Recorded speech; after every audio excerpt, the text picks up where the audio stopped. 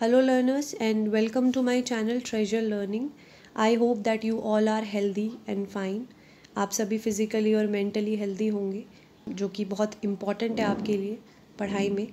So in this video today we are going to start chapter number 2 of Geography class 7th, that is Inside Our Earth. आज हम second chapter start करने जा रहे हैं जिसका नाम है इनसाइड आर अर्थ, यानी कि हमारे अर्थ के अंदर क्या क्या चीज़ें हैं. हमारे अर्थ के अंदर, अर्थ के ऊपर का तो हम सबको पता होता है, हम अर्थ के ऊपर ही एग्जिस्ट करते हैं, लेकिन हमें ये भी जानना बहुत ज़रूरी है हमारे लिए कि जिस प्लैनेट पे हम रहते हैं उसके अंदर क्या है. So we are going to study this in this chapter, जो कि आपके लिए बहुत इंटरेस्टिंग होने वाला है और आपको बहुत सारी नई नई चीज़ें इसमें जानने को मिलेंगी. So let's start our chapter. As you can see in this picture inside of the earth में मैंने यहाँ पे एक पिक्चर मेंशन किया है जिसमें आप अर्थ देख सकते हो और उसका एक ऐसा पोर्शन यहाँ पे कट करके आपको दिखाया हुआ है जिसमें अर्थ के अंदर क्या है वो बेसिकली आपको बताया हुआ है. तो आप इसमें देख सकते हैं कि अर्थ के अंदर कुछ लेयर्स होती हैं जिनमें आपको उन लेयर्स के नाम मेंशन किए हैं, क्रस्ट, मेंटल एंड कोर. लेकिन आपको ज़्यादा कंफ्यूज होने की ज़रूरत नहीं है बिकॉज़ ये आपके लिए थोड़ा नया टॉपिक है. तो हम इसमें आगे स्लाइड्स में पढ़ने वाले हैं कि ये क्या है क्रस्ट, मेंटल, कोर और अर्थ के अंदर बेसिकली होता क्या है. सो this is the starting of the topic.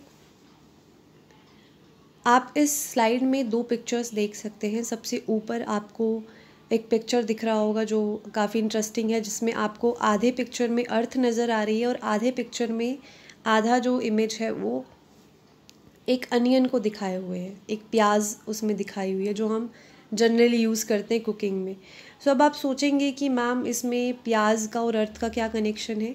Basically आपको यहाँ पे ये बताने की कोशिश की जा रही है कि जिस तरीके से जो प्याज होती है, जब आप उसकी ऊपर की जब लेयर्स को आप हटाते जाते हैं तो अंदर और लेयर्स आपको मिलती हैं, यानी कि लेयर के ऊपर एक लेयर, बहुत सारी लेयर्स ऐसे बनती हैं प्याज के अंदर.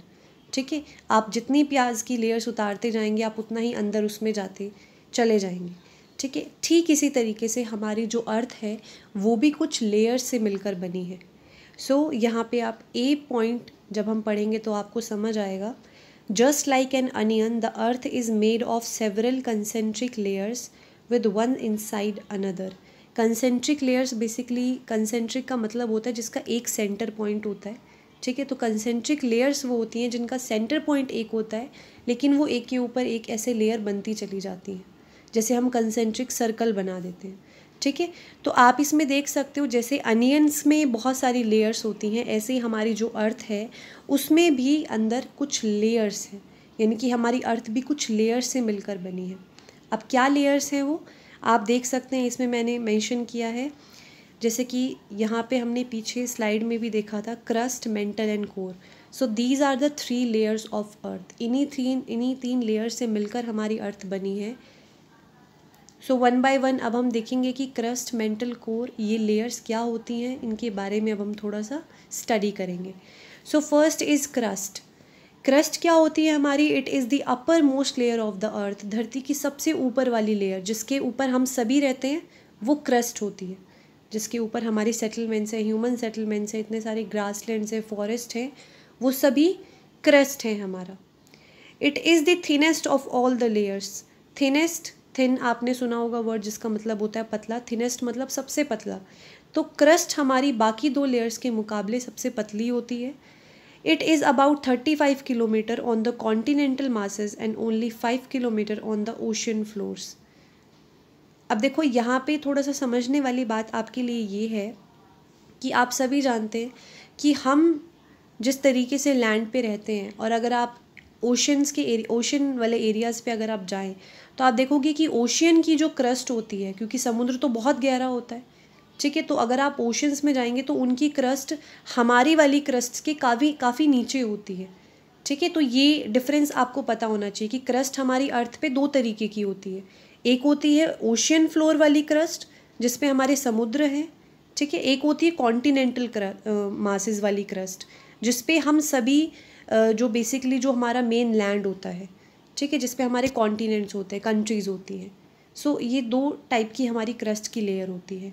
अब इसका यहाँ पे आपको एक मेजरमेंट दिया हुआ है कि कॉन्टिनेंटल मासेस वाली जो क्रस्ट होती है वो अराउंड 35 किलोमीटर उसका रेंज होता है, और ओशन फ्लोर वाली क्रस्ट का अराउंड 5 किलोमीटर ही रेंज होता है, यानी कि 5 किलोमीटर तक ही हमारी ओशन फ्लोर वाली क्रस्ट होती है। उसके नीचे फिर हमारी नेक्स्ट लेयर शुरू हो जाती है, क्योंकि आपको पता है हम जहाँ रहते हैं, जिस पे हमारा सेटलमेंट होता है, उससे अगर हम ओशियन की क्रस्ट को कंपेयर करें तो ओशियन बहुत गहराई में होते हैं, है ना। तो आप इससे समझ सकते हैं कि 35 किलोमीटर तो हमारा कॉन्टिनेंटल मासेस वाली क्रस्ट का रेंज आ जाता है, इतनी जो है उसकी मोटाई होती है, और 5 किलोमीटर हमारी ओशन फ्लोर वाली क्रस्ट की होती है। सो this is the difference. Continental crust, the main mineral constituents of the continental mass are silica and alumina. It is thus called सियाल। अब क्योंकि जो कॉन्टिनेंटल क्रस्ट होती है उस पर हमें कुछ मिनरल्स मिलते हैं, जिसमें हमारे कुछ दो मेन मिनरल्स का यहाँ पे मेंशन किया है, सिलिका एंड एल्यूमिना। और क्योंकि यहाँ पे ये दो मेजर मिनरल्स पाए जाते हैं, इसलिए कॉन्टिनेंटल क्रस्ट को हम सियाल भी बोलते हैं। सियाल, सिलिका का Si एंड एल्यूमिना का L, तो सियाल यहाँ पे इसका नेम बन जाता है।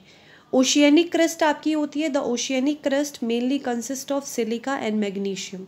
अब मेजर जो मिनरल्स होते हैं जो ओशियनिक क्रस्ट में पाए जाते हैं वो कौन से होते हैं, सिलिका एंड मैग्नीशियम। अब क्योंकि इसमें सिलिका और मैग्नीशियम ज़्यादा क्वांटिटी में होते हैं, तो इसीलिए ओशियनिक क्रस्ट को हम किस नाम से बुलाते हैं, सिमा। सिलिका का C और मैग्नीशियम का Ma, मैं, ठीक है, सिमा, ये इसका नेम यहाँ पे बन जाता है। सो this is about the crust. I hope कि आपको क्रस्ट का क्लियर हो गया होगा। आप चाहें तो इसको लिथोस्फेयर से भी कंपेयर कर सकते हैं। जो हमारी लिथोस्फेयर वाला जो डोमेन हमने पढ़ा था चैप्टर नंबर 1 में, एनवायरनमेंट में, वो यही होता है, क्रस्ट ही हमारा होता है, जिसको हम लिथोस्फेयर बोलते हैं, ठीक है। नेक्स्ट है आपका मेंटल। मेंटल हमारी जो लेयर आती है वो ठीक हमारी क्रस्ट लेयर के बाद आती है, और this layer is just beneath the crust and it extends up to the depth of 2900 kilometre. आप देखिए ये उससे भी ज़्यादा एरिया रेंज में ये फैली हुई है मेंटल। क्रस्ट के बाद ये आती है, ठीक क्रस्ट के नीचे हमारी मेंटल लेयर होती है, और ये कहाँ तक एक्सटेंड है, ये है 2900 किलोमीटर, जो कि क्रस्ट के मुकाबले बहुत ज़्यादा है। लास्ट लेयर है हमारी कोर, जो कि इनर मोस्ट लेयर होती है अर्थ की, जो सबसे अंदर होती है और बहुत गर्म होती है। हाईएस्ट टेम्परेचर अगर आप मेजर करेंगे तो अर्थ का यहाँ कोर में ही पाया जाता है। ये सबसे गर्म लेयर होती है हमारी अर्थ की। So first point is it is the inner most layer of the earth. The radius is about 3500 kilometre. It is mainly made up of निकल and iron and it is called knife. Inner most layer है हमारी अर्थ की, radius इसका 3500 kilometre का होता है, mental से भी ज़्यादा आप देख लो इसका रेडियस है। और ये निकल और आयरन, इन दो मेजर जो मिनरल से है ये बनी है, मेजर कॉन्स्टिट्यूएंट्स हैं इसके, और क्योंकि निकल और आयरन से ये बनी है तो इसलिए इसको नीफ बोलते हैं। अब आप सोचेंगे कि निकल का नी तो ठीक है, ये आयरन की जगह ये Fe क्या है, तो ये F ही बेसिकली यहाँ पे आयरन का दूसरा एक अनदर नेम होता है जिसको हम फेरस बोलते हैं, ठीक है।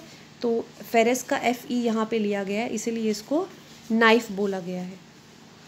सो ये है हमारी 3 लेयर्स जो हमने अभी स्टडी की, crust, mantle and core. I hope कि आपको तीनों लेयर्स क्लियर हैं बिल्कुल अच्छे से। So this is the first part of chapter number 2, that is inside of the earth. In next video we will cover the second part, जिसमें हम further topics को कवर करेंगे। सो अगर आपको ये वीडियो पसंद आया है तो आप इस वीडियो को लाइक ज़रूर करें और चैनल को सब्सक्राइब करें, ताकि आपको और ऐसे ही इंटरेस्टिंग वीडियोस मिलती रहें।